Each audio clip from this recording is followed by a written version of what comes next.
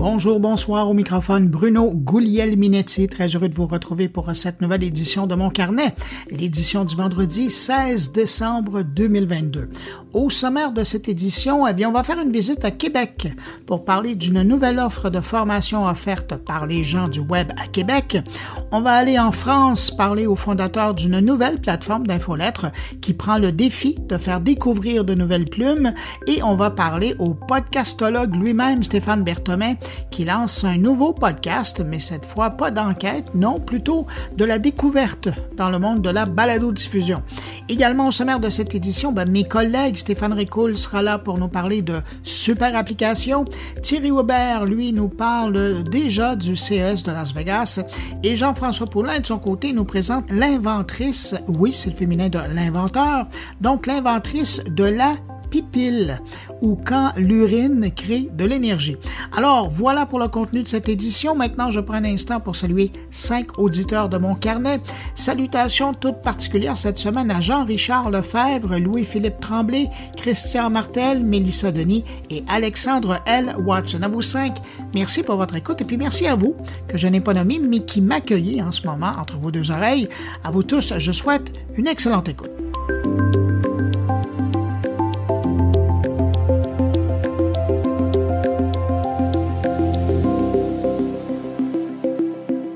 On se rapproche du jour J au Canada alors que le projet de loi qui concerne les nouvelles en ligne a passé le cap de la troisième lecture à Ottawa et que c'est maintenant au tour du Sénat canadien de mettre son sceau sur le projet pour qu'il devienne une loi.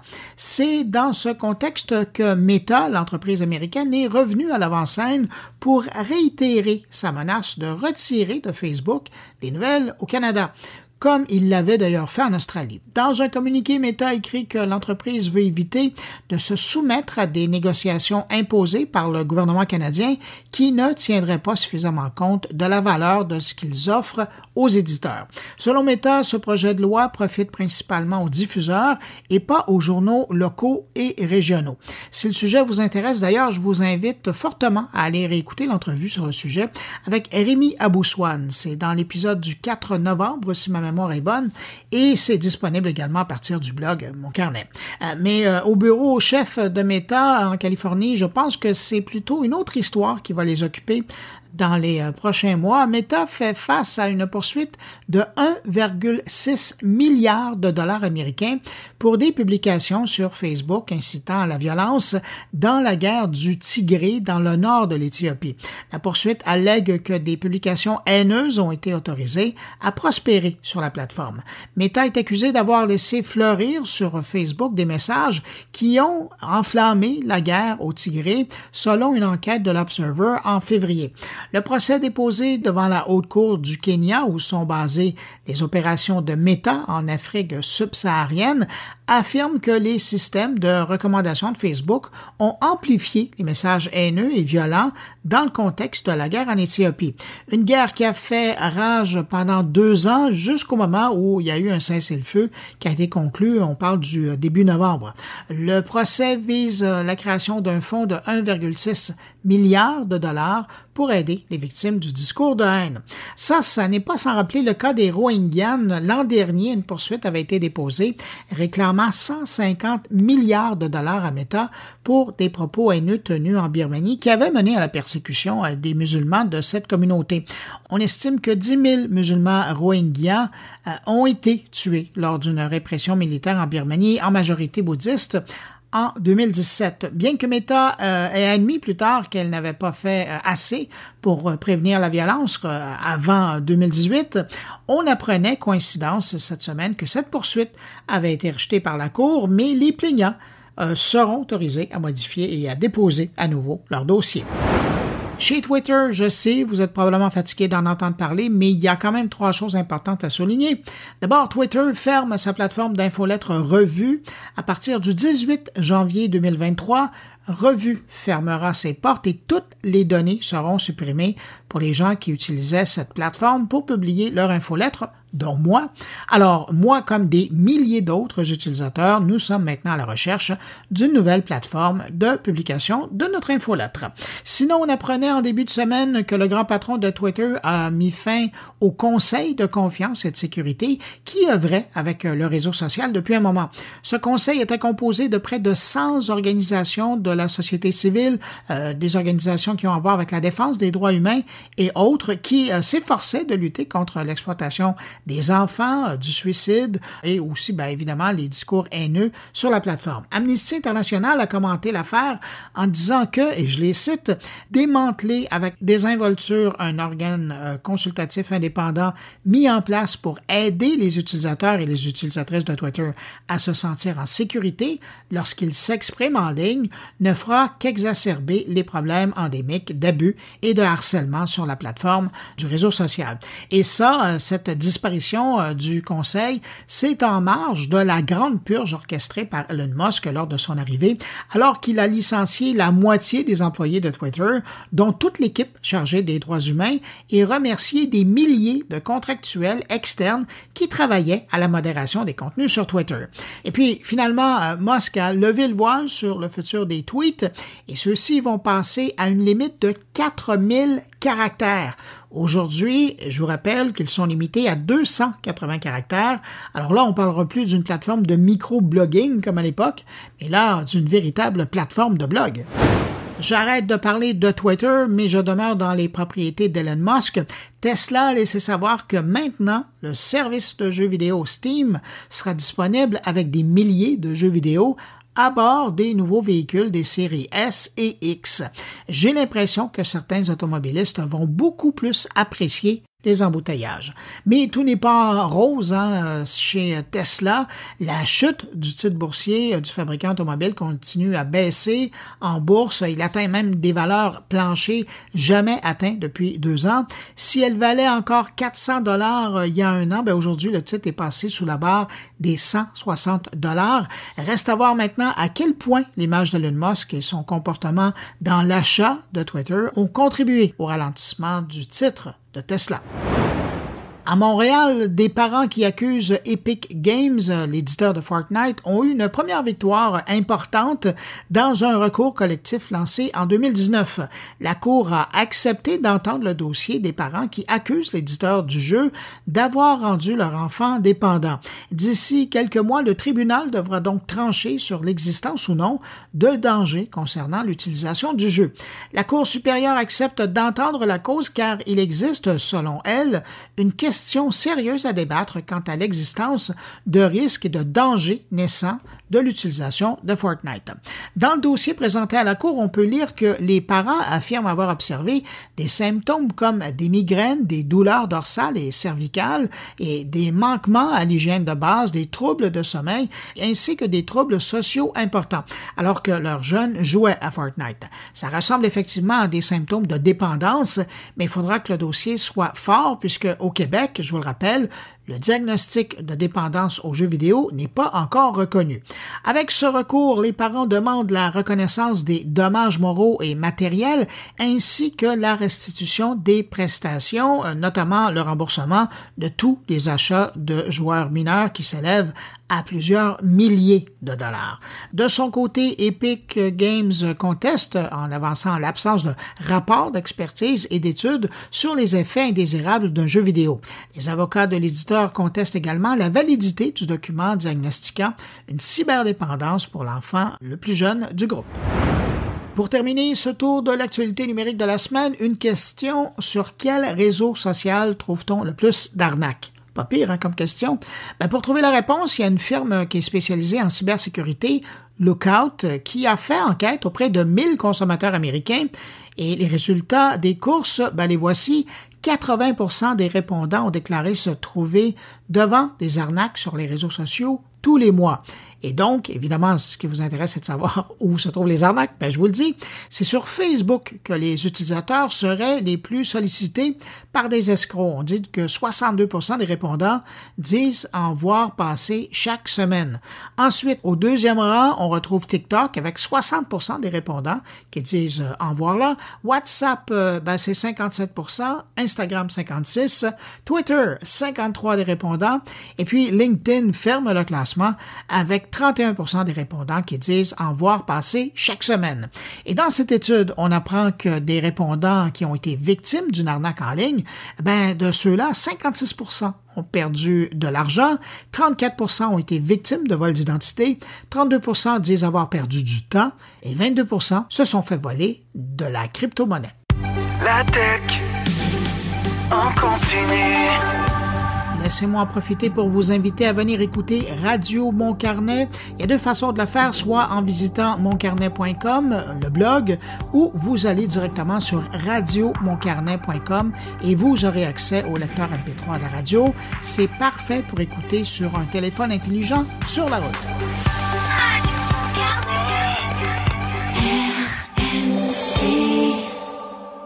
On apprenait cette semaine que les gens derrière le web à Québec se lancent dans l'événementiel mensuel à compter de l'an prochain. Pour ce faire, ils ont annoncé la création de Wacademy pour proposer des rendez-vous de formation. Pour savoir ce qu'il en est, je vous propose cette entrevue avec le directeur général de Québec Numérique, qui est derrière le web à Québec. Bonjour Martin Boivin. Bonjour Bruno. Martin, donc, il faut croire que la demande était plus forte qu'un événement annuel. Alors là, vous avez décidé de passer à des événements mensuels? Effectivement, en fait, le Web à Québec, ces 12 dernières années, le niveau, en fait, des connaissances a changé. On s'entend sur le web, sur le numérique. Si on regarde 12 ans avant, donc en 2010, puis maintenant, les besoins ne sont pas exactement les mêmes. La communauté a continué de grandir. Puis, ce qu'on s'est rendu compte, c'est que de plus en plus, ce que les gens veulent, c'est pas nécessairement les grands concepts, mais plus de quelle façon l'appliquer concrètement. C'est pour cette raison-là, en fait, qu'on a décidé de mettre en place une nouvelle offre de formation qui s'appelle la Wacademy, en fait, qui se veut une offre, en fait, avec les mêmes principes fondateurs du Web à Québec. Donc, on parle accessible, sans prétention, par et pour la communauté et pas de piste de vente. Donc, on est vraiment là pour offrir une formation supplémentaire à Québec principalement, parce que c'est quelque chose qui est pas très fréquent. Puis, on avait la communauté qui l'énumérait dans le besoin de pourquoi vous faites pas d'autres choses en année. On a besoin de plus de concret. Donc, on met en place ce nouveau, si je peux dire, service-là pour notre communauté. Ouais. Okay. Alors donc, c'est à compter du mois de février que vous allez commencer à offrir, vous allez démarrer votre programmation. Absolument. À partir du mois de février, la première, en fait, est avec Tony Aubé. Pour ceux et celles qui le connaissent pas, là, Tony, en fait, c'est un designer qui a travaillé dans la Silicon Valley. Il a travaillé pour différentes compagnies telles Cosmo, Google. Tony est je m'excuse pour l'anglicisme, là, c'est un early adapter des technologies. C'est un bon vulgarisateur des concepts. Puis, il a commencé à utiliser dès le départ TikTok, qui sera la première formation, en fait, qui va être offerte. En ce moment, Tony a 375 000 followers sur TikTok.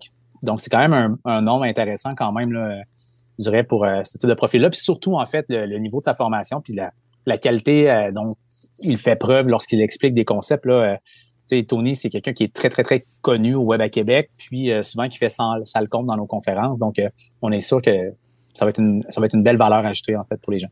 Vous commencez fort. Vous disiez que ça va ressembler pas mal à ce qu'on était habitué au niveau des thématiques du Web à Québec, mais quand on regarde votre programmation là, à venir, quel sujet vous allez toucher en particulier? En fait, on regarde les mêmes 4 thématiques. Donc, on parle de communication, marketing, design et développement web. La première, on commence vraiment plus au niveau du marketing parce que c'est un sujet, je pense, d'introduction qui était intéressant. Puis TikTok, on en entend de plus en plus parler.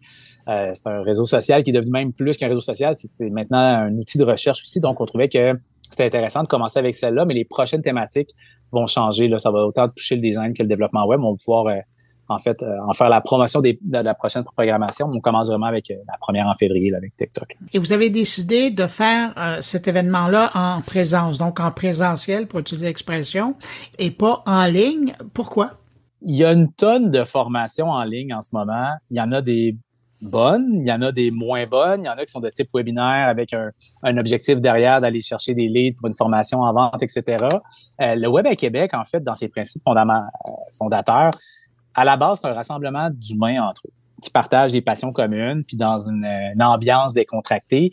C'est ce qu'on recherche à aller reproduire, mais à plus petite échelle, avec des petites formations. Là, il y a 15 places de disponibles. Là. Puis en ce moment, en fait, c'est pas vrai, il y en a 13 parce qu'on a déjà 2 billets de vendus. On est bien content. C'est en février. L'idée derrière ça, oui, ça va être capté en ligne, ça va être disponible pour les gens qui ont acheté la formation, mais de l'offrir en ligne, c'est un peu être dans la même catégorie que tout le monde de ce qui se fait en ce moment. Puis c'est comme si on pouvait faire juste le Web à Québec en ligne, puis d'avoir juste des formations, mais le Web à Québec, c'est un peu plus que ça. C'est dur à expliquer, je pense qu'il faut y assister pour bien le comprendre, voir un peu l'énergie qui s'en dégage, mais c'est surtout un contexte pour créer des rassemblements, des échanges entre les amoureux du web puis du numérique. Ouais. Donc, on cherche à aller chercher la même chose. Ouais, pardon. J'allais vous poser la question, est-ce que c'est pour protéger votre marque? Parce que votre marque, elle est très forte puis elle est reconnue à travers le Québec. Moi, je me souviens toujours presque des autobus de Montréal qui s'en vont passer à Web à Québec. C'est ça, vous avez une marque forte. Vous auriez pu décider de faire cet événement-là en présentiel, mais aussi en ligne pour les hors-Québec. Effectivement, pour les hors-Québec, c'est certain que je comprends que pour les hors-Québec, ils pourraient quand même venir se déplacer. Québec reste une belle ville et agréable. Puis à 13 places, ça va se remplir rapidement. À 13 places, effectivement, pour être super transparent, on fait un essai, puis on va voir après ça à quel point la demande est élevée. Puis si on voit qu'il y a une trop grande demande, on pourra peut-être revoir la formule. Après ça, pour faire un format de qualité, en virtuel, ou est-ce que c'est des ateliers, ou est-ce que le formateur met beaucoup d'énergie puis s'assurer que chacun des participantes, il trouve son compte. Ben c'est sûr qu'en ligne, là, on vient dans une espèce de format hybride qui est plus dur à jouer. Puis l'aspect technique derrière ça, je pense qu'on a tous vécu pour ceux et celles qui ont décidé de faire du contenu en ligne. C'est une régie de plateau de télé avec ça devient assez complexe et assez fastidieux. Puis, ça coûte beaucoup aussi d'argent en très, très, très, très peu de temps. Donc là, on y va de manière très modeste pour l'instant. On teste, voir l'intérêt. On regarde aussi le retour, en fait, de la communauté, que ce soit à Québec ou hors Québec. Comment ils trouvent que l'offre a été donnée? Est-ce que c'est satisfaisant? Est-ce qu'il y aurait des améliorations à faire? Puis, on ajustera au fur et à mesure. Là. On ne veut pas partir gros gens comme devant. On y va de manière très, très, très modeste. On y va par itération pour l'instant. Ben, c'est très sage. Est-ce qu'il est présentement possible d'acheter à l'avance sur plusieurs formations ou vous annoncez et c'est celle-là que vous remplissez et puis après, la prochaine sera annoncée? Bientôt, la programmation, en fait, en 2023, donc au début 2023, on va pouvoir annoncer les prochaines formations qui vont être disponibles, qui vont être possible pour les gens de s'inscrire d'avance là, sans problème. Puis de la manière qu'on le fait, puis justement de façon très modeste, ça ne prend vraiment pas beaucoup d'inscriptions pour être viable financièrement. Donc, à ce moment-là, le risque d'annulation est très, très, très, très minime. C'est l'autre chose qu'on voulait pas non plus arriver à dire offrir quelque chose, puis que si finalement les gens embarquent pas, etc. Et donc, oui, de cette façon-là, en ce moment, c'est la seule qui est disponible, mais les prochaines, à partir de janvier, là, il va y avoir le calendrier. Plus de formations. Oui, il va y avoir le calendrier au moins de 3-4 prochaines formations.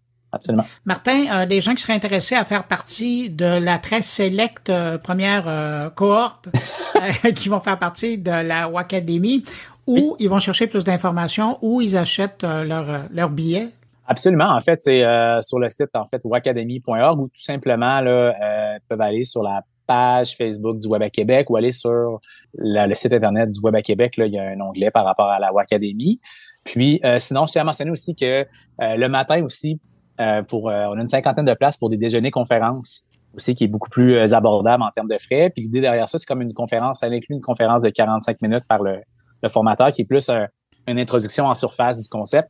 Puis ça inclut le déjeuner, puis le café, etc. Donc, on a un petit espace convivial pour bien commencer la journée aussi qui est disponible. Donc, au total, on a autour de 63 places disponibles. C'est très vilain, ça, titiller les gens du matin pour leur dire qu'il n'y aura pas de place l'après-midi. Martin Boivin, félicitations pour cette idée. J'ai eu l'impression que vous allez devoir grandir pas mal vite devant la demande. Je rappelle que vous êtes directeur général de Québec Numérique. C'était un plaisir de vous revoir comme ça sur mon carnet. Puis je vous dis à très bientôt. Merci pour l'invitation. Au plaisir de vous accueillir.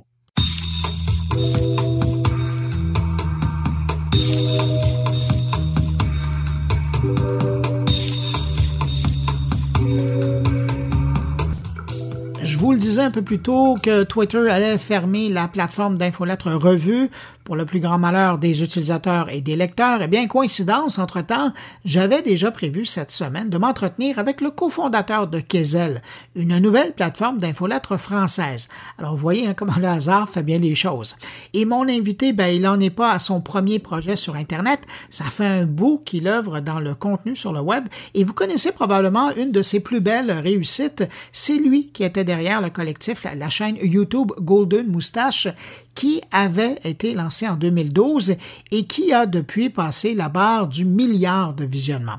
Alors, on le rejoint à l'instant à Paris. Bonjour, Adrien Labastire. Bonjour Bruno. Est-ce qu'il faut être un peu fou pour se lancer dans l'industrie de l'infolette aujourd'hui? Fou dans quelle mesure? Parce que vous trouvez qu'il y a trop de concurrence? Parce que c'est pas fait. D'un côté, il y a des gens qui disent l'infolettre, c'est plus ça qui fonctionne. Et puis de l'autre côté, il y a énormément de joueurs qui sont déjà en place. Alors, à mon avis, les deux sont contradictoires. C'est soit c'est un mauvais business, auquel cas peu de gens devraient se lancer, soit s'il y a beaucoup de concurrence, c'est que potentiellement il y a quelque chose. Moi, j'ai tendance à croire qu'il y a quelque chose. Notre projet avec Quezel Media, c'est de se dire il y a peut-être un petit ras-le-bol des réseaux sociaux.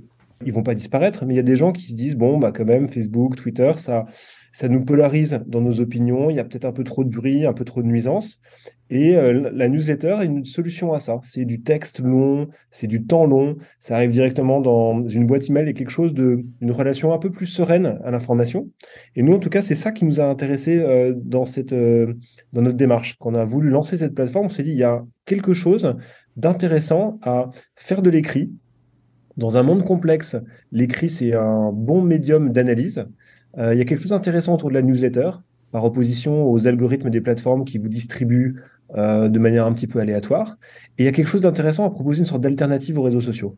Puis il faut croire que Substack est du même avec vous parce que récemment je lisais que eux sont très heureux du chaos présentement sur Twitter parce qu'ils ont l'impression que les gens justement en ont le ras-de-bol de toute cette histoire-là et vont voir ailleurs et notamment dans les infolettres. Alors vous voyez, vous avez le même point de vue là-dessus. Mais quant à vous, votre intérêt à vous par rapport à l'infolette, est-ce que vous avez toujours été un amateur d'infolettres ou c'est venu sur le tard? J'étais pas un énorme consommateur d'infolettres. Il y en avait quelques-unes que je suivais, peut-être des très connues, Stratechery, des choses comme ça.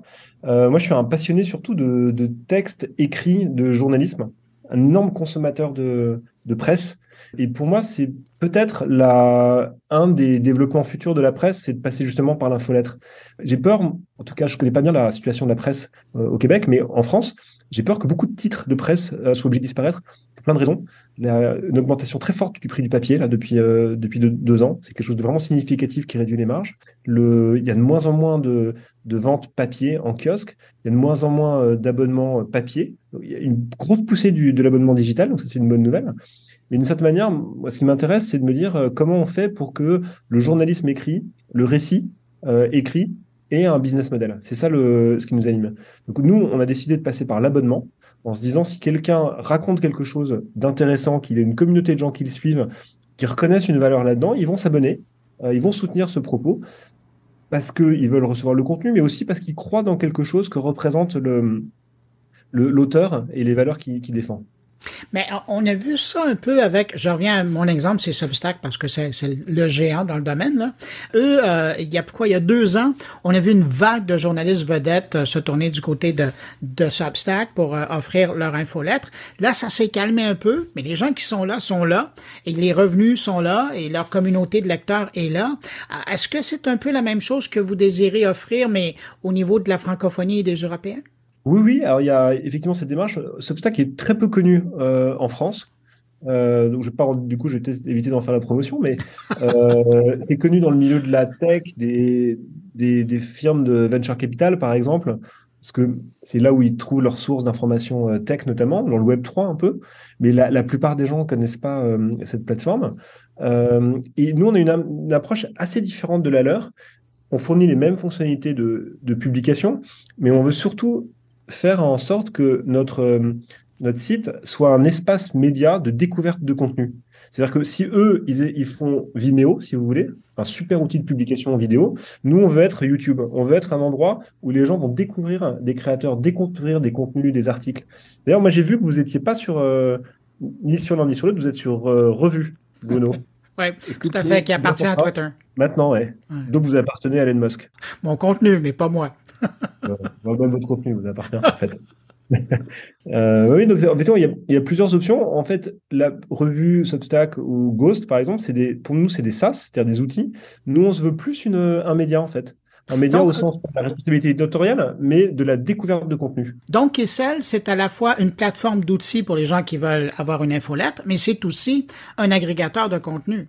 Exactement, c'est ça notre idée. On se dit, en fait, on veut être une destination où les gens qui se disent, moi, je cherche une information précise, un peu, par exemple, comme les médiums, et je veux trouver le maximum d'informations possible. Donc, on va mettre, là, on est en V1, donc c'est encore assez embryonnaire, mais on va, là, dans la prochaine version, mettre énormément en avant de contenu, de thématiques, de manière de trouver le contenu. On pense que c'est intéressant de présenter le contenu par thématique, tech, santé, finance, par exemple, mais il y a une autre manière de le faire qui nous intéresse beaucoup, c'est de le présenter par moment, par inspiration, comme sur Spotify, par exemple. Où vous pouvez prendre du rap ou du rock, mais vous pouvez aussi choisir une musique pour l'apéritif, une musique pour faire la route, une musique pour célébrer l'année. Ouais. Nous, on voudrait faire la même chose avec le contenu, en disant, par exemple, ça peut être se réinventer professionnellement, redécouvrir l'amour. Et là, on met plein de choses différentes à l'intérieur. Alors donc, vous êtes même pas un agrégateur, vous êtes un curateur de contenu. Un curateur de contenu, exactement. On dit on n'est pas un média, parce qu'on n'a pas d'avis éditorial sur les choses, mais on estime que ça peut être intéressant. Et donc, on vous le fait découvrir. Puis après, on va personnaliser avec de la data l'expérience des utilisateurs. Vous parliez des outils qui vont être proposés. Ça ressemble à quoi? Donc, quelqu'un là, qui aura un intérêt à aller à se lancer dans l'infolette ou qui a déjà une infolette, tiens, comme moi. Prenons mon cas. Alors, j'ai une infolette, ça existe déjà. Qu'est-ce que je pourrais retrouver comme outil chez vous? Moi, ce que je vous dirais, Bruno, parce que je serais ravi en fait que vous veniez chez nous. Ah, mais là, c'était un exemple.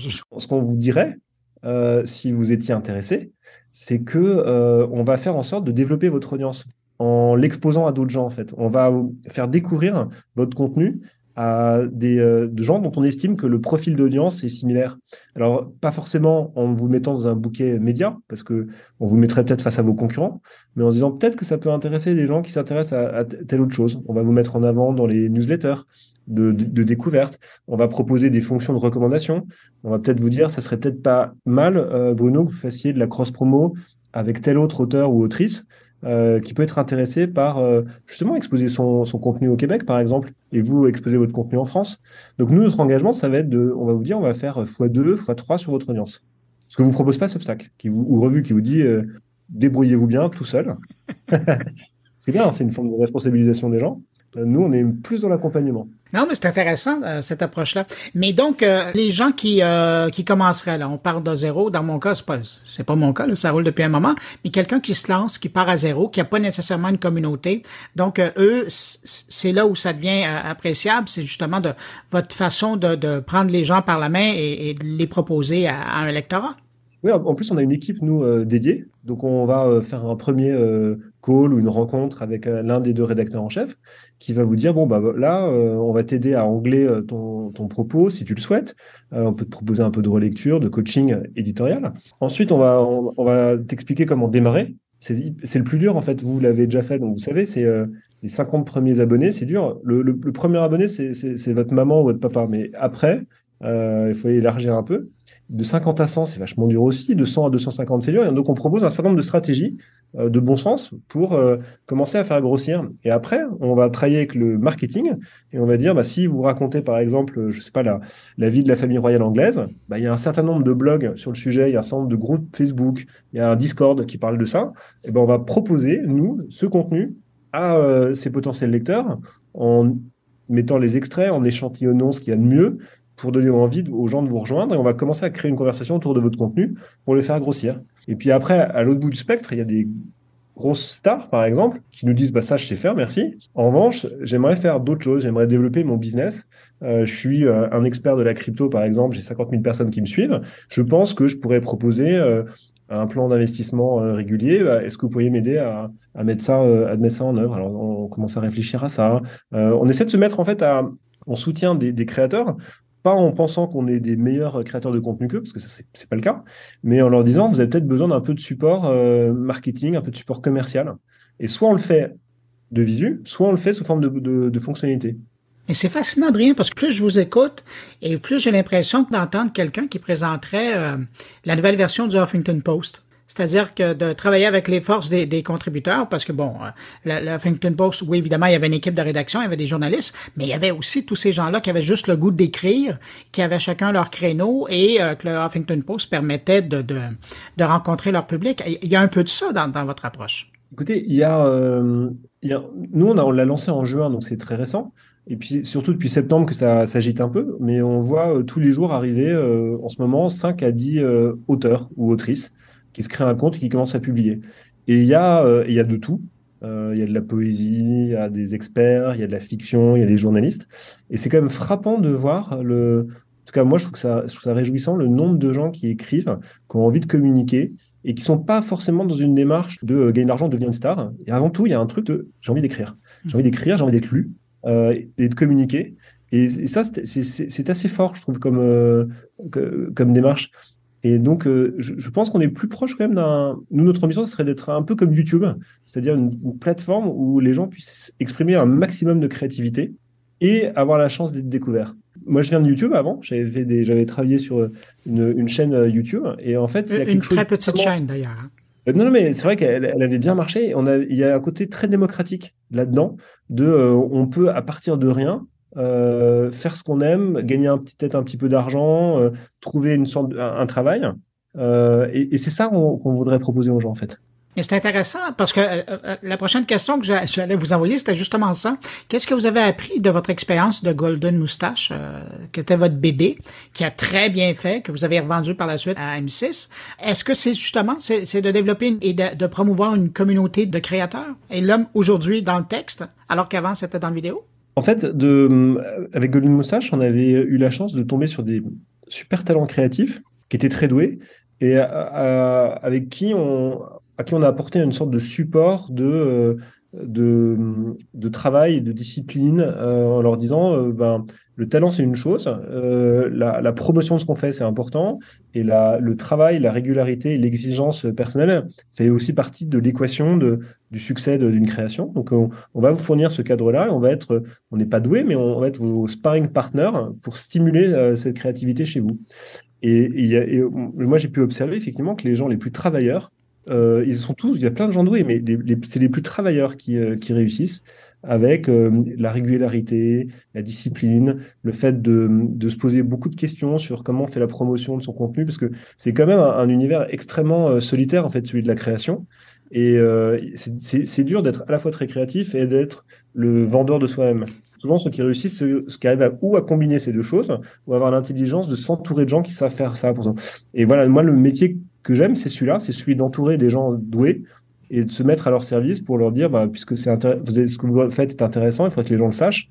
Et donc, on va faire tout ce qu'on peut, soit par la tech, soit par juste l'accompagnement, pour que les gens connaissent votre travail. Wow, ben voilà. Alors, on connaît l'offre maintenant. Quelqu'un qui est intéressé à s'embarquer dans l'aventure d'une infolettre, comment il passe s'il veut faire partie de Kessel?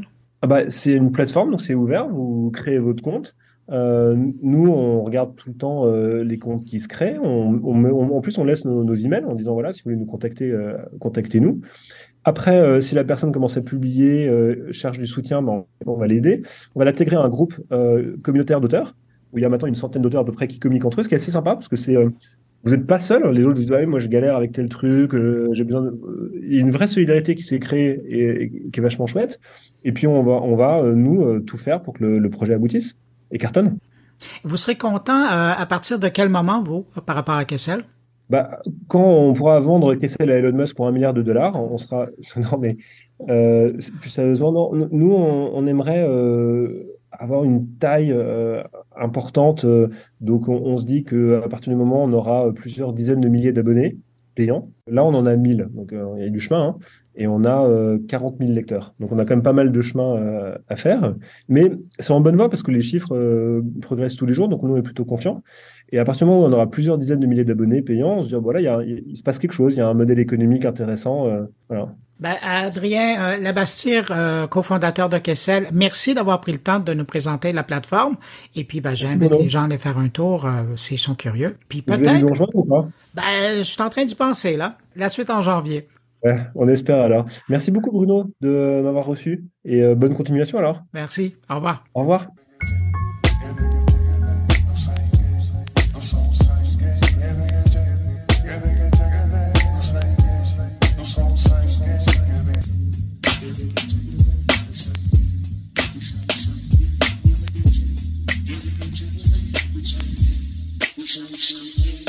Vous connaissez probablement Stéphane Berthommet, l'auteur à succès de séries de podcasts de type True Crime, qui lançait d'ailleurs récemment une nouvelle série chez Cube avec le sympathique journaliste Claude Poirier. Eh bien, tel Batman, Stéphane Berthommet prend maintenant aux 2 semaines les habits du podcastologue, le temps d'une nouvelle série de podcasts qu'il lance justement sur le thème de la balado-diffusion. Question de transparence, je participe aussi à cette fois l'aventure. Alors, j'avais le goût de l'accueillir pour qu'il vous parle de son nouveau podcast intitulé judicieusement le podcastologue. Bonjour Stéphane Berthommet. Bonjour Bruno. Hey Stéphane, évidemment, je ne vais pas te demander de m'expliquer ce que c'est ton podcast parce que j'y participe. Mais t'es pour censé les gens... y connaître quelque chose quand même. Enfin, j'essaie de comprendre. Hein. Mais Stéphane, pour les gens qui n'ont pas encore écouté le podcastologue, qu'est-ce que c'est? C'est quoi la promesse derrière ce rendez-vous? L'idée, c'est de donner aux gens qui font du podcast, qui sont dans l'industrie du podcast, qui veulent faire du podcast, mais un peu plus qu'en amateur. Tu sais, qui veulent vraiment se lancer ou qui font du podcast pour des marques ou qui ont leur propre contenu, leur donner les outils, leur donner les informations, leur parler de l'actualité de l'industrie du podcast. Parce qu'au fond, c'est parti d'un constat et jusqu'à présent, je me suis pas contredit dans cette recherche-là. Attends, je vais te le refaire. Un petit point de montage, comme dit Cédric. Et ce projet-là, il est destiné à donner aux gens qui font partie de l'industrie du podcast ou qui veulent en faire partie, mais de façon sérieuse, des outils pour savoir ce qui s'y passe, connaître le matériel, découvrir les dernières actualités, entendre des spécialistes, des gens qui sont des professionnels en parler, connaître les tendances, etc. Donc, c'est donner à tous ces gens-là, qui constituent maintenant un bassin d'auditeurs assez important et qui constituent un vrai milieu, quasiment une industrie, de quoi alimenter leur passion et de quoi alimenter leur connaissance dans le domaine, parce que c'est parti d'un constat finalement qu'il n'y avait pas ce type de contenu-là. Il y a beaucoup de podcasts qui parlent de podcasts, qui parlent par exemple de tel ou tel podcast en faisant des entrevues avec les auteurs de ces podcasts-là ou de ces balados-là, comme on dit au Québec, mais il n'y avait pas, à ma connaissance, une sorte de magazine audio du podcast, et c'est un peu le résumé du truc, c'est le magazine audio du podcast. Mais tu es déjà très présent au niveau de l'infolette, mais avant ça, même du groupe de communauté de podcasteurs ou de gens qui sont intéressés au podcast sur Facebook que tu as créé. Ça remonte à quoi? Il y a plus qu'un an, là, maintenant? 2 ans? Je pense qu'il y a plus ou moins 2 ans, oui. Ouais. Il y a à peu près 2 ans qu'on a créé le Café du podcast. Donc, c'est ça. Alors, il y a le Café du podcast, il y a l'infolette qui existe. Pourquoi passer ça en audio? Parce que c'est notre passion, parce qu'on aime ça, parce que c'est un autre moyen d'aller chercher et toucher les gens. Et puis j'avais depuis, comme tu sais, je fais des contenus audio à titre professionnel depuis des années maintenant, et j'avais, je pense depuis longtemps, l'envie de faire quelque chose d'un peu plus personnel, de faire quelque chose de différent de ce que je fais, qui est du documentaire, qui est très travaillé, qui est sur le long terme, et d'aller vers une autre formule et de m'essayer à autre chose en fait. Et je dois dire que c'est toi et Philippe Chapeau qui m'avait poussé à aller vers cette formule-là, qui aurait pas été ma formule préférée instinctivement. Moi, j'aurais été vers un contenu, tu sais, beaucoup plus cadré, beaucoup plus organisé, monté, etc. Et je me rends compte que je me suis mis un petit peu en situation d'insécurité parce que c'est un univers, la discussion et l'échange comme ça, dans les conditions du direct, comme tu dis, c'est quelque chose que je connais moins, mais ça m'a fait du bien, puis ça me plaît, je trouve ça super intéressant. Puis notre premier épisode n'est pas à ma satisfaction complète. Je pense que le premier épisode, c'était un bon test, mais j'ai pas été satisfait complètement. Par contre, le deuxième épisode, je pense que là, on a déjà trouvé la formule qui va être celle du podcast, une formule beaucoup plus de discussion où vous, et je dis pas chroniqueur parce que vous êtes vraiment des co-animateurs, vous avez entièrement la place pour apporter votre savoir-faire, votre connaissance, vos compétences. Et je pense que c'est ça dont les gens ont besoin, c'est ce partage de compétences. Tu parles d'un premier épisode, d'un deuxième épisode. ça va être quoi la séquence de publication? L'idée, c'est d'avoir un épisode complet tous les 15 jours. Donc là, on débute le premier épisode le 15 décembre, c'est-à-dire jeudi 15 décembre pour être précis. Et puis, à échéance de 2 semaines à chaque fois tous les jeudis. Peut-être que j'intercalerai au milieu de ça certains épisodes un petit bonus, tu vois, avec peut-être une entrevue ou quelque chose comme ça. Est-ce que je vais réserver ces épisodes? Je pense qu'il est possible que je réserve ces épisodes justement aux lecteurs de l'infolettre avec un code d'accès, tout simplement, hein, une clé d'accès, puis les gens pourront bénéficier de ces bonus-là. Je pense que c'est cool aussi que les gens de l'infolettre aient un petit plus. Et donc, c'est ça, l'échéance, c'est tous les 15 jours, et c'est des épisodes qui font quand même 1 heure, donc il y a quand même beaucoup de contenu. Stéphane, donc les gens qui seront curieux, qui n'ont pas encore écouté le podcastologue. D'ailleurs, le podcastologue, pourquoi le podcastologue? Ben écoute, c'est une drôle d'idée, mais je cherchais une sorte de truc, une sorte de titre qui parle de quelqu'un qui va aller chercher à comprendre ce qui se passe ou qui va examiner le milieu, puis l'examen amenant tout ce qui est hologue, là, tu sais. Donc, je me suis dit, bah pourquoi pas le podcastologue, qui est celui qui finalement vient scruter le milieu. Mais comme tu le sais, Philippe Chapeau nous a à tous attribué des surnoms. Même si tu ne veux pas du tien, il faut que je le dise quand même. Toi, tu es le baladologue et lui est le podcastophile. Alors, c'est une façon un peu humoristique aussi de montrer qu'on se prend pas au sérieux. Je pense que l'essentiel aussi, c'est de bien montrer qu'on se prend pas au sérieux, qu'on est une communauté qui est vraiment vivante, qui est chaleureuse, qui se soutient. Et c'est ça aussi l'idée de ce podcast-là, c'est de donner un peu aussi, de faire du retour à la communauté, de partager. Redonner. Je pense que exactement. Je pense que c'est ça qui est important pour nous tous. Donc, je reviens à ma question initiale. Le podcastologue, pour les gens qui nous écoutent, qui ne l'ont pas encore entendu, où on le trouve? Ben, le podcastologue, on va le trouver partout, Bruno. On va le trouver, il est hébergé chez Ocha, mais on va le trouver chez Apple Podcasts, Deezer, Podcastix, name it, là, tous, Spotify et autres. On va bien sûr le trouver partout. Le teaser est en ligne à partir du mardi 13 décembre, et le premier épisode le 15, le deuxième épisode le 29, et ainsi de suite. Donc, il va être disponible partout. Il y a l'infolettre qui s'appelle aussi le podcastologue sur LinkedIn, qui vient un peu compléter le contenu du podcast en rajoutant quelques infos, puis en donnant des liens, puis en poussant un petit peu plus loin certains des éléments. Mais on va trouver ça, voilà, à peu près partout. Bon, ben voilà, l'invitation est lancée. Merci pour me donner la chance d'y participer. Et puis, ben, je te donne quoi? Rendez-vous au mois de janvier là, pour la 3e édition? Comme tu disais, Bruno, dans 15 jours, on aura déjà une première année de ce podcast-là. C'est assez extraordinaire. On a bien fait de le lancer quasiment à la fin décembre. Que de travail, hein? Bon, ben, je te donne rendez-vous à la 2e année. Merci, salut. Bruno. Merci pour cette entrevue. Salut.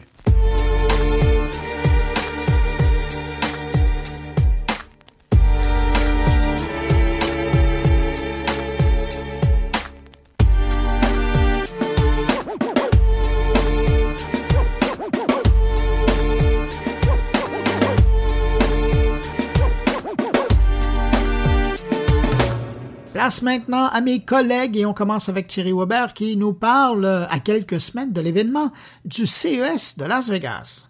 Bonjour Bruno, bonjour les auditeurs de mon carnet. Si je vous dis 5, 6, 7 et 8 janvier 2023, vous me dites, eh oui, ce sont les dates du prochain CES 2023. Pourquoi en faire une chronique spécialement ici dans mon carnet? Tout simplement parce qu'effectivement, après 2 ans de pause, il est temps pour moi de retenter la chose, de me rendre à nouveau à Las Vegas pour ainsi effectivement redécouvrir le nouveau CES, puisqu'effectivement il y a plus de 2500 exposants qui sont attendus, qui seront présents effectivement sous la bannière de plus de 170 pays. Alors, comme ce fut le cas avant la pandémie, je me dois d'aller voir à quoi ressemble le pavillon suisse, mais c'est pas uniquement pour cette raison que j'y retourne, puisque avant cette petite pause de 2 ans, j'ai eu l'occasion avec mes collègues Laurent Aymar et Bruno Chanel, de accompagner des entrepreneurs, des chefs d'entreprise, des start-upers ou même des industriels de mon pays pour leur faire découvrir ce qu'est le CES, puisque avec mes deux comparses, on a formé ce collectif Suisse Vortex. On a plus d'une quinzaine d'années d'expérience à force de s'y rendre. L'exercice qui nous attend, comme ce fut le cas avant, eh bien, c'est de faire découvrir en une journée et demie, ce qui est pas évident puisque vous en doutez, le CS a grandi. Et bien, c'est de faire découvrir à cet aéropage de personnes, eh bien, un concentré d'innovation sur la technologie qui signera 2023. Alors, c'est quoi l'innovation en 2023 ? Eh bien, d'après le CES, mais on sent la tendance qui est franchement avouée. Eh bien, j'ai envie de dire que le CES est devenu le nouveau salon de l'auto qui pourrait supplanter celui de Genève puisqu'il a disparu, puisque on n'a pas non plus enregistré des audiences folles, des affluences folles pour celui qui est de Paris. Et force est de constater qu'on voit de plus en plus de grandes marques se rendre en janvier. C'est une date assez pratique puisqu'effectivement c'est le début de l'année. Alors on avait BMW, on avait Mercedes, on a bien évidemment parlé de Tesla. Mais à côté de ça, il y a de plus en plus de marques nouvelles. On avait pu voir l'avènement des voitures électriques de plusieurs constructeurs chinois.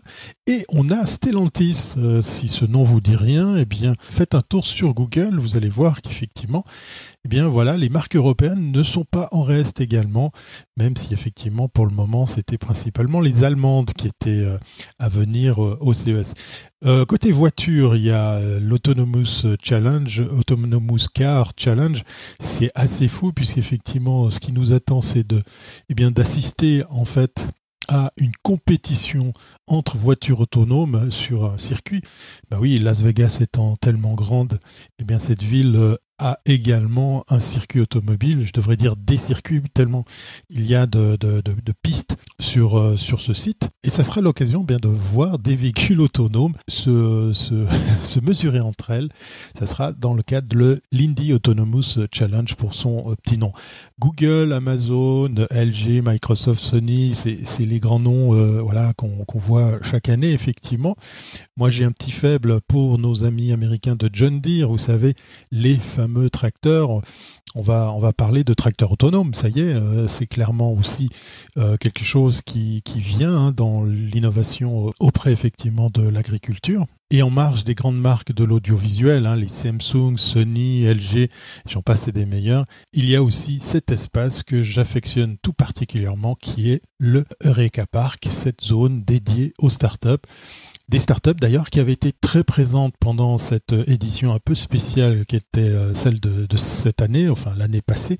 Ben voilà, elles ont faim, elles ont envie d'être vues et force est de constater que c'était elles qui avaient fait le plus d'efforts pour, malgré les contraintes et les problèmes effectivement sanitaires, d'être présentes pour défendre leur technologie, leurs produits ou leurs services. Alors bien évidemment, à l'Eureka Park, les stands par pays seront présents. On a ici, dans cette édition, un accent qui est mis spécialement, j'irai faire un tour, sur la Belgique, qui vient en force, qui vient aussi avec plusieurs dizaines de startups. Bien évidemment, chauvin que je suis, je serai présent sur le pavillon suisse. Je me réjouis de faire connaissance avec les startups qui ont fait le voyage. Et puis peut-être que dans les allées de ce CES 2023, je croiserai, qui sait, un Bruno Guglielminetti ou un Jérôme Colombin, puisqu'effectivement, eh bien, il y a aussi beaucoup de médias qui seront présents pour couvrir ce qui pourrait être, c'est moi qui le dis, mais ce qui pourrait être le grand retour à un CES, on va dire, pratiquement normal, même si au niveau affluence, j'attends de voir les chiffres. Au niveau exposant, on est un petit peu quand même en dessous de ce qu'on avait connu sur les belles années. Je me fais un plaisir de vous revenir avec ce genre d'informations, de vous faire sentir le CES depuis l'intérieur, ce qui m'amène à vous dire que je vais faire une pause pour vous retrouver en janvier, probablement peut-être avec un numéro spécial qu'on fera sur place durant ce CES. Une petite pause donc pour les chroniques de mon carnet, histoire de bien préparer mon voyage. D'ici là, je vous souhaite de passer de très joyeuses fêtes à l'écoute de mon carnet. Restez connectés, partagez, likez et puis portez-vous bien et à très bientôt si ce n'est pas avant.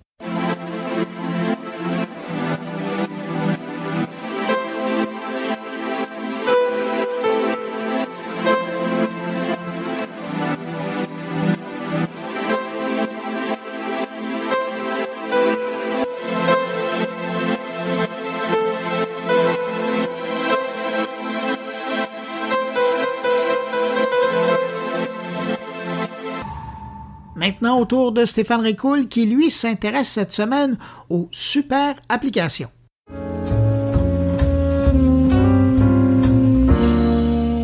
À quoi bon vouloir copier un succès afin de générer de la valeur et ainsi se démarquer de son marché si l'ensemble de son industrie copie le même succès pour les mêmes raisons, si ce n'est que pour éviter de sombrer dans l'oubli par une désaffectation massive de ses utilisateurs?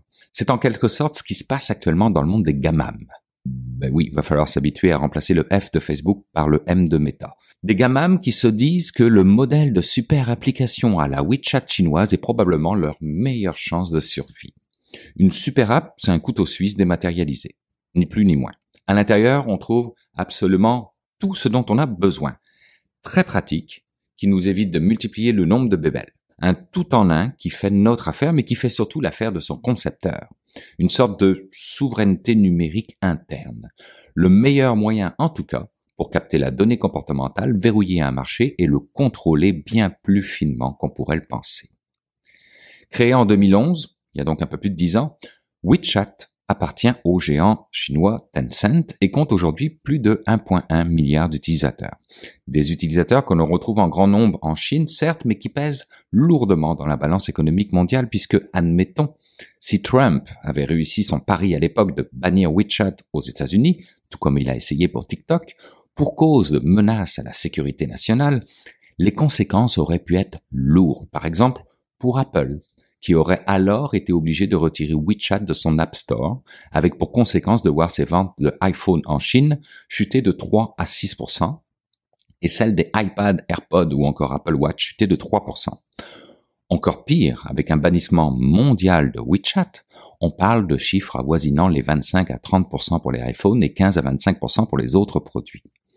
Tout cela car WeChat est devenu indispensable en Chine. Elle sert à payer et à être payée. Elle sert de réseau social, de plateforme d'actualité, de service de réservation d'un taxi comme d'un médecin. Elle sert à accéder à des documents officiels de l'État, etc., etc. Vivre sans WeChat en Chine, c'est comme vivre sans Instagram ou TikTok dans le monde incroyable des influenceurs. La super app s'est avec le temps installée au cœur même de la société chinoise. 10 ans plus tard, aucun équivalent n'a vu le jour ailleurs dans le monde occidental, jusqu'à ce qu'un certain Elon Musk prenne le contrôle de Twitter. Effectivement, transformer Twitter en super app ferait bien l'affaire de Musk afin d'amortir quelque peu la dépense de 40-ish milliards de dollars. Mais est-ce réellement pensable? Au dire de Musk, le rachat de Twitter va lui permettre d'accélérer de 3 à 5 ans ce projet qui porte déjà un nom, X.com, l'appli tout en un, qui fait tout pour vous quand vous en avez besoin. Votre vie quotidienne facilitée grâce à Musk. Quelque chose qui, et je cite, pourrait être très utile pour ce monde, selon lui, dans une assemblée générale de Tesla. X.com est en premier lieu le nom de la start-up de services bancaires en ligne qu'Elon Musk a cofondée en 1999.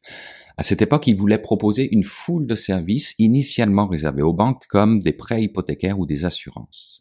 Si la notion de super application n'existait pas à l'époque, on voyait bien que l'idée était déjà présente dans la tête de Musk. Par la suite, l'entreprise a été incorporée à PayPal, une autre société imaginée par Musk.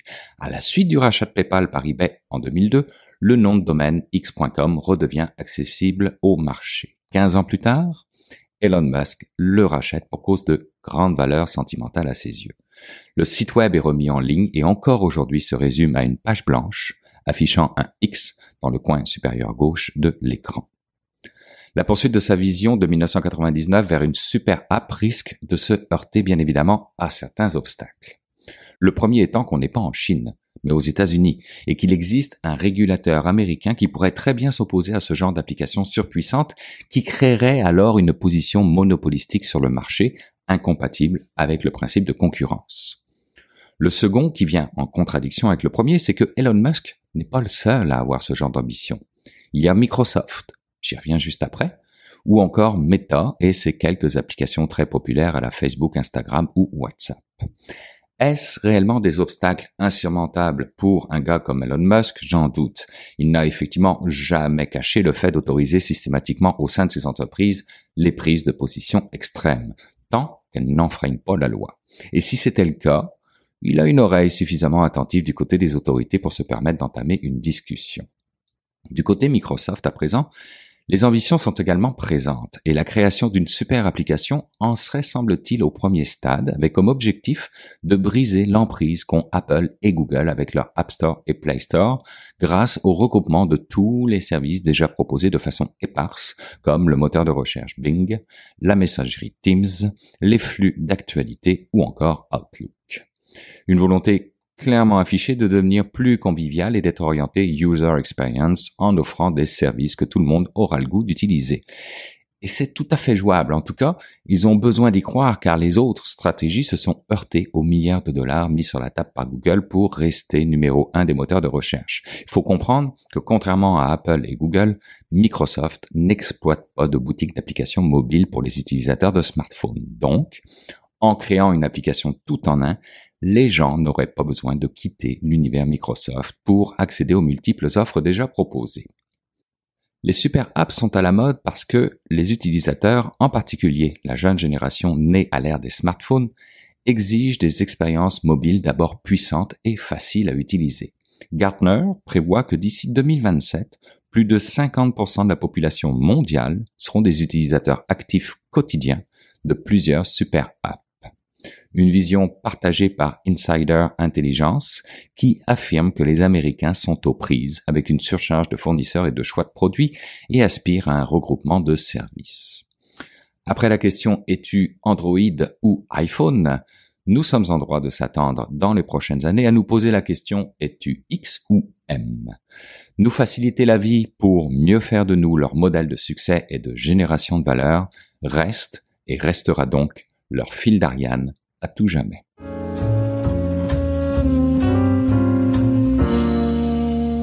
C'est maintenant le temps d'aller rejoindre mon ami Jean-François Poulin pour parler UX. Bonjour Jean-François. Bonjour Bruno.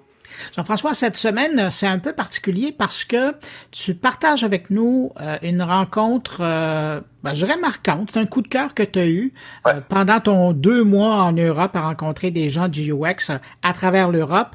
Il y a quelqu'un, et tu vas nous la présenter, là, qui vient de l'école de Nantes, qui a attiré ton œil parce qu'elle a développé tout un savoir-faire. Elle a une approche originale. Exactement. Mais comme tu le sais, dans le cadre de ces 2 mois-là, et c'était même un élément déclencheur, j'avais été invité sur les jurys de l'école de Nantes, l'école de design de Nantes-Atlantique, et sur l'école Rubica à Valenciennes. Ça a été un beau voyage. Dans un délai très court, j'ai dû me déplacer entre les 2 écoles, genre une nuit. Je me suis fait un beau 6 heures de voiture. Et à l'école de Nantes, donc, les élèves, les étudiants avaient 45 minutes pour présenter les 2 années de maîtrise qui venaient de passer. Ça comptait pour 70% de leurs notes. C'est énorme. Et donc, la nervosité était au rendez-vous.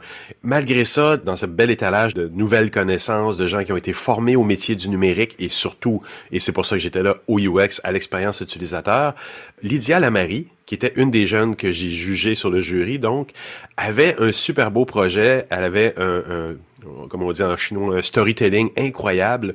Il y avait un rythme parfait, c'était impeccable. Et son sujet nous a complètement épaté parce que, bon, d'entrée de jeu, elle nous dit, moi, j'ai voulu m'amuser dans mon mémoire de maîtrise qui allait durer 2 ans, faire des choses qui avaient formé mon éducation jusque-là. Donc, déjà, cette conscience-là de dire, je vais m'amuser.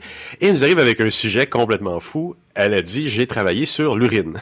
Mais l'urine, dans quel sens? Et c'est ça, et c'est là où le storytelling était bon. Elle dit, je veux m'amuser, j'ai fait ça sur l'urine, on rigole là-dessus. Elle dit, bon, le problème, c'est sur les chaînes de montage modernes, même en Europe, en France, les gens doivent parfois porter des couches pour adultes parce qu'ils n'ont pas le temps d'aller à la toilette qui est très éloignée à l'intérieur de l'usine. Et les employeurs ne l'encouragent pas non plus parce que ça fait descendre le niveau de production. Et donc, elle nous amène sur le fait que l'urine peut être transformée en électricité et l'électricité va faire que l'employeur va se dire, au moins quand ils vont aller à la toilette, ils vont faire de l'électricité et grâce à ses connaissances d'architecture d'intérieur, parce que c'est aussi ça qui est enseigné à l'école de Nantes, ce qu'on appelle design d'intérieur ici au Canada, l'architecture d'intérieur en France, dans une école numérique, mais c'est une école dans laquelle on introduit des technologies, un savoir-faire et l'expérience utilisateur aussi beaucoup. Ce qui n'est pas nécessairement un naturel dans toutes les écoles d'architecture dans le monde. Donc, l'entrevue de cette semaine ou la conversation de cette semaine, c'était avec donc Lydia Lamary, cette jeune demoiselle qui a été le coup de cœur de tout le jury là, pour cette graduation-là. Et qui vous a présenté la Pipil. Ça aussi, ça nous a bien fait rire. Pipi, pile, c'est absolument génial. Je vais poster tout ça sur mon LinkedIn sûrement cette semaine. Vous allez pouvoir en voir les modèles, modéliser le tout en 3D. C'était un travail vraiment, vraiment impeccable. C'est pour ça que je voulais mettre un peu d'emphase sur elle. C'est une étudiante, évidemment, qui sort, qui va être dans le marché très, très bientôt. Ça vaut la peine de mettre de l'emphase sur des nouvelles ressources comme ça, des nouvelles personnes. Et j'allais dire, l'information à garder en tête, c'est que justement, elle s'en vient sur le marché. Absolument, et elle s'en vient sur le marché de Montréal parce qu'elle a choisi de vivre à Montréal, parce qu'elle a fait la dernière session, la dernière année de maîtrise à Montréal, au Centec, là où ils reçoivent l'école de Nantes depuis 3 ans, je crois. Bon, ben voilà. La table est mise, on va aller écouter l'entrevue. Merci de nous partager cette belle découverte et puis on se retrouve la semaine prochaine. Merci Bruno, à la semaine prochaine. Alors, bonjour, je suis Lydia, donc j'ai grandi à Alger, en Algérie, pendant une grande partie de ma vie. Et c'est là que j'ai découvert ma passion pour l'architecture et l'architecture d'intérieur. Donc, c'est cette ville-là qui m'a plus passionnée parce que ça m'a appris à découvrir des nouveaux univers. J'ai beaucoup dessiné, etc. Et donc, après de nombreuses péripéties, j'ai décidé d'aller étudier à Nantes, à l'école de design de Nantes, en architecture d'intérieur. Donc, à Montréal et au Canada, ça s'appelle design d'intérieur, mais en français, architecture d'intérieur. Et donc, c'est là que j'ai fait 3 années de bachelor. Et ensuite, j'ai intégré un master, donc une première année de master en care design international, donc avec des étudiants internationaux. Et c'est là que j'ai découvert des nouvelles façons d'approfondir la réflexion autour de l'ergonomie et des usagers. Et c'est donc là que je me suis aussi intéressée à mon projet de fin d'études et que j'ai ensuite développé en faisant ma 2e année de master à Montréal, donc au Studio Montréal, qui prenait place dans l'incubateur de start-up le Centec, où on travaillait en partenariat avec des start-up. Et dis-moi, dans une école que j'ai eu l'occasion de visiter, donc l'école de Nantes, est quand même résolument tournée vers le futur, elle est très digitale, très numérique. Comment l'architecture d'intérieur se rentre dans ce contexte-là, d'un contexte très technologique? Oui. Alors, en fait, l'architecture d'intérieur, pour moi, c'est un mélange de toutes les notions qui existent en design, en UI, en UX, parce que la base de tout ça, c'est l'usager, et la base de tout ça, c'est de prendre en compte les besoins des personnes pour qui on travaille, donc des clients, mais aussi des usagers, donc des personas, si on peut dire ça. Et donc, pour moi, c'est vraiment prendre en compte dans l'architecture d'intérieur tout le type de design, que ce soit du numérique, du produit ou du transport. Et donc, c'est ce que j'ai essayé de mettre en place aussi dans mon projet de fin d'études. Parce que c'est un peu ça qui va peut-être changer d'une école d'architecture classique. Dans ce cas-ci, elle est très orientée expérience utilisateur, elle est très UX, si je peux dire ainsi. Là. C'est ça, oui. C'est intéressant. Et donc, bon, ce qui m'a épaté, tu étais clairement une des grandes gagnantes de cette soutenance de maîtrise-là. Tu as épaté le jury avec un projet qui nous a tous soufflé, qui nous a touchés, dont le storytelling était vraiment impeccable. Est-ce que tu peux m'en parler un peu? C'était quoi le contexte de cette maîtrise-là que tu as fait?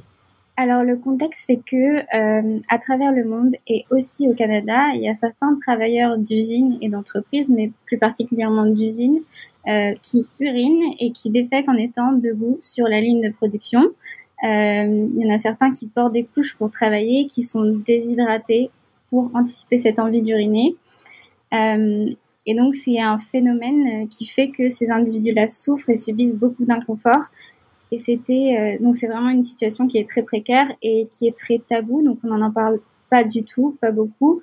Et donc moi, ce que je trouvais dommage, c'était que ce soit vraiment un phénomène qui est d'actualité et qu'on mette la productivité devant les besoins physiologiques humains. Et donc c'était sur ça mon projet de fin d'études. Et on a tous trouvé ça très courageux parce que bon, d'entrée de jeu, tu nous dis j'ai voulu faire ma maîtrise, je voulais m'amuser pendant ma maîtrise. Oui, et la slide d'après ou la diapositive d'après, c'était j'ai fait ma maîtrise sur l'urine. C'était souffrant, mais c'est extrêmement courageux aussi parce que là, tu t'engageais dans un processus de 2 ans sur l'urine. Oui, c'est ça. Donc j'ai essayé Donc, comme tu l'as si bien dit, mon objectif à moi, donc avant de trouver le sujet, c'est un projet qui va durer 2 ans. J'ai envie d'être impliquée et donc j'ai envie de m'amuser en travaillant parce que je sais que je tiens avec ça. Et donc, je voulais trouver un sujet hors du commun, un sujet aussi important. Et donc, c'est là que ça m'a menée. Et donc, de ce sujet-là, de ce que tu as mis en place, quand tu as trouvé un problème, donc déjà, tu as trouvé un contexte qui était important, parce qu'effectivement, on pense à tous ces grands joueurs, les Amazon et autres, on parle beaucoup des conditions de travail où les gens ont même pas le temps d'aller à la salle de bain ou à la toilette. Et toi, tu arrives avec ce sujet-là. Donc, tu es allé sur le terrain, tu as eu l'occasion de rencontrer des gens comme ça? Alors, ça a été très, très difficile de parler de ça avec des responsables d'usine, évidemment, mais j'ai beaucoup pu parler avec des employés d'usine et j'ai aussi pu contacter d'autres usines. Donc, au lieu de prendre le problème à la source, trouver d'autres usines qui, elles, réussissaient à avoir un bon équilibre avec leurs employés. Et donc, c'est à partir de là que j'ai construit mon cheminement de travail, mais c'est vrai que il y avait aussi certains employés d'usine à qui je parlais et je leur soulevais le problème, mais eux ne se rendaient pas compte en fait que c'était un réel problème, puisque eux c'était normal pour eux de devoir se retenir pendant toute la journée, puisque c'est comme ça que ça a été mis dans la société. Donc c'est ça. Donc mon projet, si je peux en parler maintenant. Oui, vas-y. En gros, c'est une pipille. Donc, une pipille, c'est une cabine de toilette qui est autosuffisante, ergonomique et qui va pouvoir se déplacer dans l'usine. Donc, cette cabine de toilette, elle est très spéciale puisque elle produit de l'électricité avec l'urine des travailleurs. Donc, en gros, dans la cabine de toilette, il y a une toilette à séparation d'urine qui est la toilette Save de l'Ofen et qui va venir séparer l'urine à la source et qui va donc produire de l'électricité grâce à cette urine-là. Et donc, cette électricité va être utilisée pour les sèche-mains, pour la ventilation, etc. Et donc, dans cette pipille-là, on a 4 cuves. Il y a la cuve d'eau claire. Donc, en fait, pour faire un petit résumé, c'est aussi un moyen écologique d'utiliser l'eau puisqu'on a une cuve d'eau claire avec laquelle on va se laver les mains, qui va ensuite se transformer en eau grise. Cette eau grise-là va être utilisée pour la chasse d'eau. Et ensuite, cette chasse d'eau-là va être utilisée et menée, enfin, cette eau-là va être ensuite menée avec la cuve des effluents. Et donc, une fois par semaine, on doit remplir la cuve d'eau claire et vider la cuve d'effluents grâce à une borne qui sera préalablement installée dans l'usine. C'est intéressant parce que c'est juste une fois par semaine, donc c'est quand même pas si intense. Et de où t'es venue l'idée de dire, parce que ton idée aurait pu commencer par on a besoin d'avoir des toilettes présentes dans des usines de façon plus proche et plus accessible, mais t'as ajouté à ça le fait que la toilette mobile allait devenir une pile électrique finalement, comme d'où le nom, la pipille, qu'on a trouvé hilarant aussi dans le jury. Et donc, qui t'a donné cette idée-là d'y insérer ou d'y mettre une pile? Parce que c'est des choses qui existent déjà ailleurs, ça? C'est des choses qui existent, c'est des choses qui sont pas encore développées, mais qui sont beaucoup développées en Afrique, là où on manque d'eau et d'électricité. Donc, on utilise cette pile électrique qui est vraiment pas chère, qui coûte $1. Et donc, c'est un phénomène qui existe, mais qui est pas développé, donc parce que ça touche à l'urine, et ce qui est normal dans la société, que c'est pas encore... c'est pas très sexy comme sujet, ouais. Mais moi, le déclic que j'ai eu en fait pour avoir cette idée-là, c'était, je me suis dit, ok, les employés, ils ont besoin de quoi? Ils ont besoin de faire pipi. Et les employeurs, ils ont besoin de quoi? Ils ont besoin du temps et d'argent au final que leurs employés leur procurent. Ouais. Et donc, j'ai essayé de trouver un moyen. Donc, ok, alors avec le pipi des employés, on va faire de l'argent pour les employeurs. C'est très vulgarisé, c'est pas aussi... Oui, non, mais c'est excellent. Donc, de ça, est-ce que tu as pu revoir des employeurs en leur proposant le concept? Est-ce que ça avait de l'attraction? Est-ce que les gens se disaient, ouais, mais ça pourrait être quelque chose qui est intéressant pour mon usine? Alors oui, j'ai pu voir une personne qui m'a dit que ce serait très intéressant. J'ai eu beaucoup de retours aussi d'employés qui, eux, trouvaient ça génial parce qu'ils pouvaient s'absenter quand ils voulaient. Puis aussi le fait que ça crée, c'est plus vraiment employeur contre employé, c'est employeur et employé pour le bien de chacun et pour le bien de tous. Ouais. Donc, c'était ça qui était intéressant. J'ai eu aussi des retours sur le placement de la pupille par les employeurs. Donc, il faudrait pas la placer trop proche d'une machine, il faudrait pas la placer sur un chemin ou quoi. Donc c'est ça. Donc c'était plutôt des retours positifs et très constructifs qui vont me permettre de mieux développer ce projet. Parce que pour l'avoir vu, parce que tu as même pris la peine de l'imprimer en 3D pour nous, tu avais des schémas en 3D également sur l'écran, c'est quand même un concept qui est bien poussé. Puis quand on y pense, pour un employeur, d'avoir une toilette mobile qui est autosuffisante en électricité et que tu peux positionner partout sans avoir à la relier avec le système d'égout ou avoir à la relier avec l'électricité locale, c'est quand même quelque chose qui est super intéressant. Puis ça pourrait être intéressant pour des chantiers de construction également. Elle pourrait fournir son propre chauffage là, à ce moment-là. Oui, exactement. J'ai aussi développé je vous l'avais pas présenté à la présentation, mais j'ai aussi développé des pipiles connexes.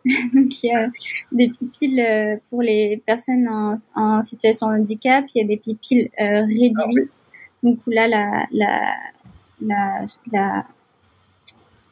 on va pouvoir recharger la pipille tous les 3 jours et elle va être plus petite puisque les cuves vont être plus petites. Okay. Et aussi, j'avais aussi une autre idée, c'était de faire une pipille urinoir pour récupérer directement l'urine à la source sans passer par tout le schéma d'effluent, etc. Donc c'est ça. Ça pourrait être peut-être un modèle qui intéresserait les villes également, j'imagine. Oui, absolument. Ça pourrait être un modèle qui intéresserait les villes, qui pourrait être aussi dans les festivals, oui. tous les endroits qui n'ont pas de branchement électrique ou de branchement d'eau. Donc c'est ça. Oui, parce que les toilettes qu'on voit dans les événements, elles sont effectivement sans ventilation, sans rien, parce que elles n'ont pas d'électricité, mais dans un modèle comme le tien, qui est un petit peu plus gros, mais comme tu disais là, que tu en as développé un modèle plus portable, oui. S'auto-ventilerait, ce qui est quand même un problème majeur dans les événements, après avoir eu quelques 5 000 ou 10 000 personnes, oui, ça devient moins viable dans ces trucs-là. Oui. Vraiment... Le liquide bleu que vous voyez dans les toilettes de festival, par exemple, c'est un liquide qui est très toxique et qui est vidé après dans des fosses. Donc, c'est vraiment pas très, très bon pour l'environnement. Et donc, ce serait ça aussi l'idée de remplacer toutes les toilettes par des pipiles. OK. Et donc, le modèle que tu proposes n'a pas de produits chimiques, donc? Non, absolument pas. C'est juste écolo en plus. Ah, ben là, c'est l'idée du futur. Et donc, parlant de futur, ça m'amène à ma dernière question. Qu'est-ce qui est dans ton futur, là? Tu reviens sur Montréal, donc on est content de t'avoir et te récupérer au Québec. Des cerveaux comme le tien, c'est toujours le bienvenu. Quel est où est-ce qu'on va te retrouver là, dans la prochaine année? Alors là, après mon master, j'ai commencé à travailler à Trium. Donc c'est une entreprise d'agencement de mobilier. Et donc moi, je suis leur concepteur designer. Et donc j'apporte ce côté que j'ai beaucoup appris dans mon master et dans mon parcours à l'école de design. Donc ce côté usager, prendre en compte l'environnement, apporter un concept et tout ça. Ça doit les challenger pas mal, oui. Oui. C'est une bonne chose. S'il y a des compagnies qui ont besoin d'être challengées par des designers de ton talent, c'est une très, très bonne chose pour le futur. Merci. J'aimerais te remercier beaucoup, beaucoup pour cette entrevue. Merci à toi.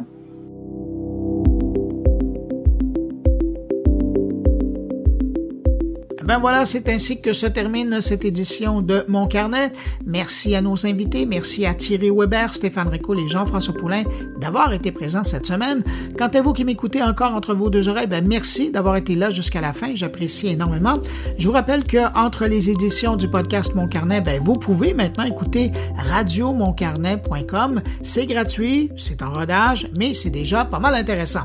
Allez, on se retrouve la semaine prochaine pour une nouvelle édition du podcast Mon Carnet. Je vous dis au revoir, mais surtout, portez-vous bien.